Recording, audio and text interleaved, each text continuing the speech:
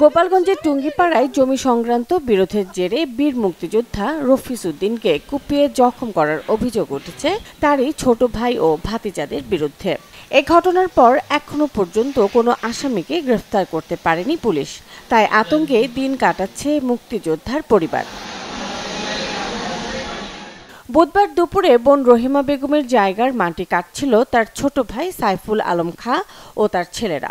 এ সময় বীর মুক্তিযোদ্ধা রফিজ উদ্দিন বাধা দিলে তাকে কুপিয়ে জখম করে ছোট ভাই সাইফুল আলম খাঁ ও তার ছেলেরা।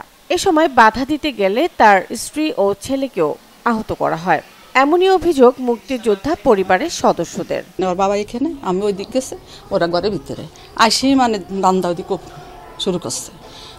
কোপ শুরু করেই ওর বাবা যে চিল্লেন দিয়েছে, সেই আমার ছেলে ঘরের বেড়েছে, ঘরেতে বেড়েছে, মেয়ে বেড়েছে, বউ বেড়েছে, হাসি দেখে এদারে কুহাকুফি হয়ে গেছে। কুহাকুফি হয়ে যাওয়ার পরে তারে তো কুহাই ফেলাই তো রক্ত লাল লাল হয়ে গেছে। ওরে আমার একটা ছেলে বাবা করছে তো আর বাবার তো জীবনে বানাইতেছে রান্না নিয়ে তার ছেলে তার বাবা সবাই 4-5 মানুষ আমার স্বামী খুবই হত্যা করেছে, তাদের মতো নাই জীবনে তারা ভঙ্গ বানাইতেছে। ভূমিদস্যু সাইফুল ও তার ছেলেরা রামদা নিয়ে আমার বাবাকে এলোপাতাড়িভাবে কোপায়। আমি ঠেকাতে গেলে আমাকেও তারা এলোপাতাড়িভাবে কোপায়। আমার মা আসে চিৎকার শুনে, ঠেকাতে গেলে আমার মায়েরও একটা আঙ্গুল কেটে যায়। আমরা রুমে ছিলাম, আমার শ্বশুরের চিৎকার শুনে আমরা রুম থেকে বেরোয় এসে দেখি আমার শ্বশুরে হাঁটুতে এক কোপ দিছে, এইখানে একটা দিছে, হাত দিয়ে ঠেকাতে গেছে, হাতে একটা কোপ দিছে। আমার আব্বাকে রান্দা দিয়ে কুপিয়েছে। সন্ত্রাসীরা আমার ভাইয়া ঠেকাতে গেলে তাকেও রান্দা দিয়ে কুপিয়েছে।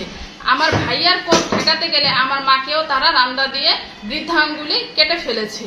আমার চিৎকার চেঁচামেচির আওয়াজে গ্রামবাসী দৌড়ে আসলে তারা রান্দা নিয়ে পালিয়ে চলে যায়। এই বিষয়ে আহত বীর মুক্তিযোদ্ধার বোন রহিমা বেগম বাদী হয়ে টুঙ্গিপাড়া থানায় একটি মামলা দায়ের করেন। দ্রুত আসামিদের গ্রেফতারের দাবি পরিবারটির। বৃষ্টি আসছে, বালিতে ঢাকতে গেছে, তখন গানা কাটছে, পরে এই মুক্তিযুদ্ধ মানা করছে, তার ছেলে মানা করছে, তারপরে মানা টানা করে ওই ছেলেটারে নিয়ে গেছে, ওনার বোন ভাগ্নিরে নিয়ে এসছে। পরে এসে শুনি কি ওরা এসে অতর্কিত হামলা করে এই মুরব্বীরে কোপাইছে, মুক্তিযুদ্ধের কোপাইছে, তারা ছেলেরে কোপাইছে। তারা তাদের নিজ এই বাসভবনে এখানেই বসা। তার ছেলেটা গোপালগঞ্জ থেকে আসছে, সে কাপড় চুল পাল্টাচ্ছে। সে বলছে যে কি করলি, আব্বারে কি করলি, সঙ্গে সঙ্গে কোপ। আল্লাহ রক্ষা করছে, ওরা দুই বাব্বাটা বেঁচে আছে। এর সর্বোচ্চ দাবি হচ্ছে যে সর্বোচ্চ সাজা রাষ্ট্রীয়, এটা তো এলাকার সকলের দাবি থাকা উচিত। আমারও দাবি, সকলের দাবি থাকা উচিত। আমার ভাই কোনো অপরাধ না, আমার ভাইয়ের বেটা বাড়ি ঘরে থাকে না, সে কোনো অন্য অপরাধ করে না, আমার জন্য আমার বাইরে মারে, বুঝছেন? আর কোনো অপরাধ না, আমি তাই চাই সূক্ষ্ম বিচার। এ বিষয়ে অভিযুক্ত সাইফুল আলমের বাড়িতে গেলে পরিবারের কাউকে খুঁজে পাওয়া যায়নি। বাড়ির মূল দরজায় ঝোলানো রয়েছে তালা, এমনকি মুঠোফোনে যোগাযোগের চেষ্টা করলেও তাতে সাড়া মেলেনি। তবে আসামিদের দ্রুত গ্রেফতারে অভিযান অব্যাহত রয়েছে বলে জানান পুলিশের এই কর্মকর্তা। ছোট ভাইয়ের ছেলেরা এরা যা ওই চাপাটি মাপাটি নিয়ে যায়, কোপাকুপি শুরু করছে। ওতে ওই মুক্তিযোদ্ধার 3টা কোপের মতো লাগছে, একটা পায়ে লাগছে, একটা পিঠে লাগছে, একটা হাতে লাগছে এই জায়গায়, আর তার ছেলের লাগছে বোধহয় 2টা।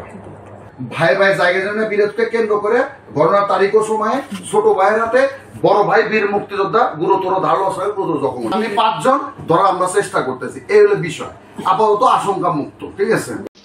একজন বীর মুক্তিযোদ্ধার উপর হামলার ঘটনাকে নিন্দনীয় বলে জানিয়েছেন উপজেলা নির্বাহী কর্মকর্তা। বীর মুক্তিযোদ্ধারা জাতির শ্রেষ্ঠ সন্তান, তাদের উপর কোনো ধরনের অন্যায় আচরণ কোনোভাবেই সমর্থনযোগ্য নয়। টুঙ্গিপাড়া উপজেলায় বীর মুক্তিযোদ্ধা রফিজ উদ্দিনের উপর যে হামলা হয়েছে তা বর্বরোচিত, আমরা তার নিন্দা জানাই।